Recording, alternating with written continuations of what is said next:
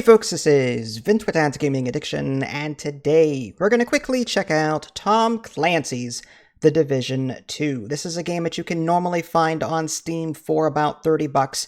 There's also some DLC available for this game. I myself picked it up during the winter sale on Steam, so about 70% off. Totally worth it. I'm having a blast with this so far, and so is my fiance. She just can't get enough of it. So what is this game all about? Well, typically you create a character, and you can sort of define the way you build them over time via gadgets and gear. But you're going to go around this gigantic map, and you're going to be completing a series of missions for the world that you're in.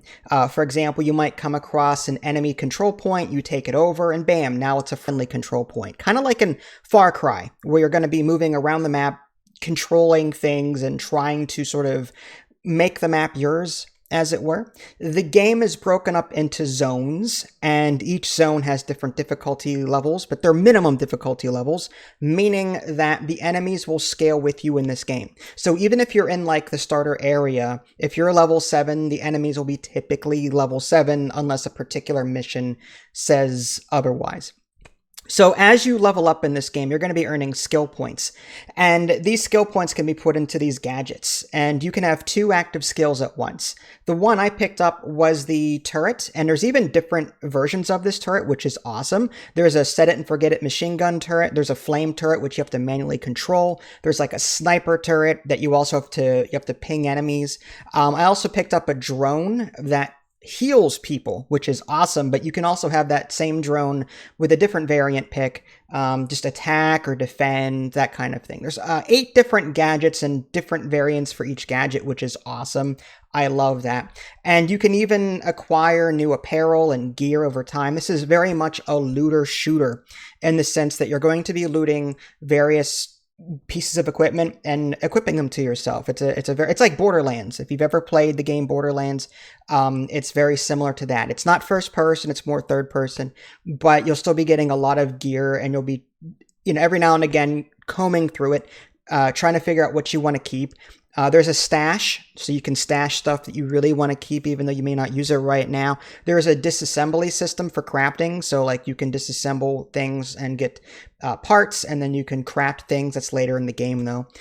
There's also like currency in this game, so you can buy weapons right from a vendor. So there's a lot of that stuff, which is great. I still don't know what I like yet. You can even mod your weapons too.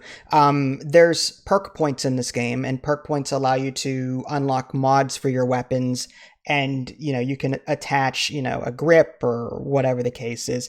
It makes everything all better. But these perks are typically also earned as you level up. You go back to the quartermaster at a base and talk to them, and you can assign these perk points. And, a lot of them are pretty standard, carry an extra grenade. And there's different tiers too. So carry an extra grenade, and then this tier is carry an extra grenade on top of that. Or armor kits. Armor kits are ways to heal yourself. Run out of armor and you die.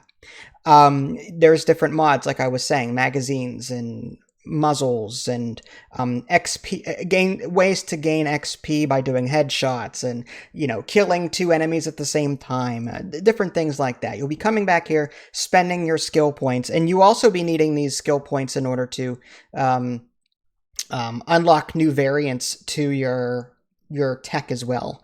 You'll be unlocking people as you go. This typically unlocks different things in the game, like crafting. There's even a system where you'll be able to donate like food and water. They're called projects, but you will be like, these are like quests that you can do. You donate materials typically, or do something special. Donate up chest armor, for example, or neutralize the hostile activity over here. Do all these things, and it's like a side quest thing. Now, that's not to say there's not other side quests, and in fact they pop up all the time. You'll be walking down the street and there's 2 hostages that are about to be executed, go rescue them. So in addition to like giving materials that you find in the environment, you can also just run around the map and do various things and help people. It's all, I don't know if it's like procedurally or randomly generated or what, but I come across the same instance a lot. I still don't mind because the combat is extremely satisfying.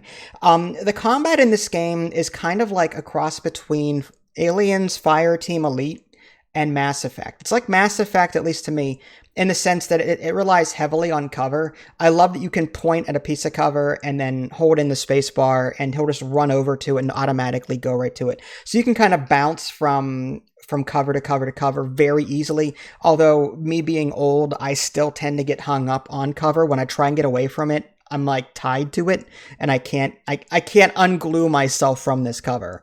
Luckily that's just a minor quibble. The combat in this game is very satisfying.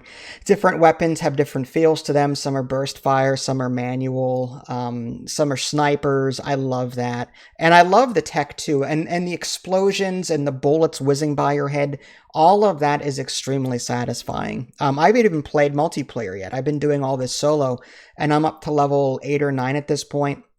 There is a level cap, but I have seen people like with really strong power levels. They've been at this for quite a while. And there's things that I haven't even gotten to yet, which are, it's something I'm looking forward to. There's like, it's not corruption, but it's some kind of like poison or something. Like you're in this kind of universe where, crap is at the fan and there's like this deadly virus or infection or something. It's like some kind of like post-apocalyptic thing. I don't know the whole story, but I kind of skip all that and go right to the game. But it's like you got to manage that too. But anyway, the combat in this game, very fluid, very, very satisfying. Again, very much looter shooter. So, you'll be running into new gear all the time. There are enemies that have armor on them, so you kind of have to break their armor in order to get past it. Some enemies like conjure up these remote controlled cars with like dynamite on them and then drive them over to you and blow up, which is awesome. You'll come across enemies that do all sorts of cool different things. And the game is always surprising me. I never know what to expect next. But typically what I do on I jump in for like maybe half an hour. I do things around the map. I get a control point, or I liberate this, or I do something, and then I call it quits and go do something else. It's super satisfying. I love that the map in this game is also very friendly in the sense that you can toggle this GPS thing on or off. It's a line that will guide you right on the screen to your next destination. I love that. It's a little orange line that will pop up if you're not in range of what you've selected on the map. It's just an orange line that just appears on the map and just runs to where you need to go. I love that. Some people hate that, oh, you're holding my hand. No, I'm old. I need the hand holding because I get lost. There's nothing more frustrating than getting lost in an environment like this and then getting shot at and like I just want to get to my destination, and do what I need to do. I don't want to have to be like try to find my way at the same time. So it's super friendly that way that you pick a point on your map and then an orange line pops up. And I love the art too. It's very much Fringe in the sense that like when you're about to enter a new zone, you see like in thin air the words like this is the zone name, this is the difficulty of the zone, and then you walk through it and then it disappears. I love that. There's a lot of attention to detail. Animals running around, deer, dogs, there's a lot of detail here. And this game is 3 or 4 years old. I think they did a fantastic job with this game. Aside from the enemies being a little bullet spongy on occasion, the higher levels you get, if your gear doesn't match, they can take like 4 or 5 clips and they're still alive. That's not very realistic, but still, it's still a lot of fun. It's a video game. I recognize that, and I can't wait to come back to this as time permits. So that was Tom Clancy's The Division 2. This is more first impressions because I didn't get to everything in the game yet. PvP, I didn't touch that. I didn't touch the end game content yet, but from what I've played so far, it's very addicting. It really is. Get it while it's on sale. It's definitely worth it. This is Vince. Thanks for watching. I'll catch y'all next time. Take care.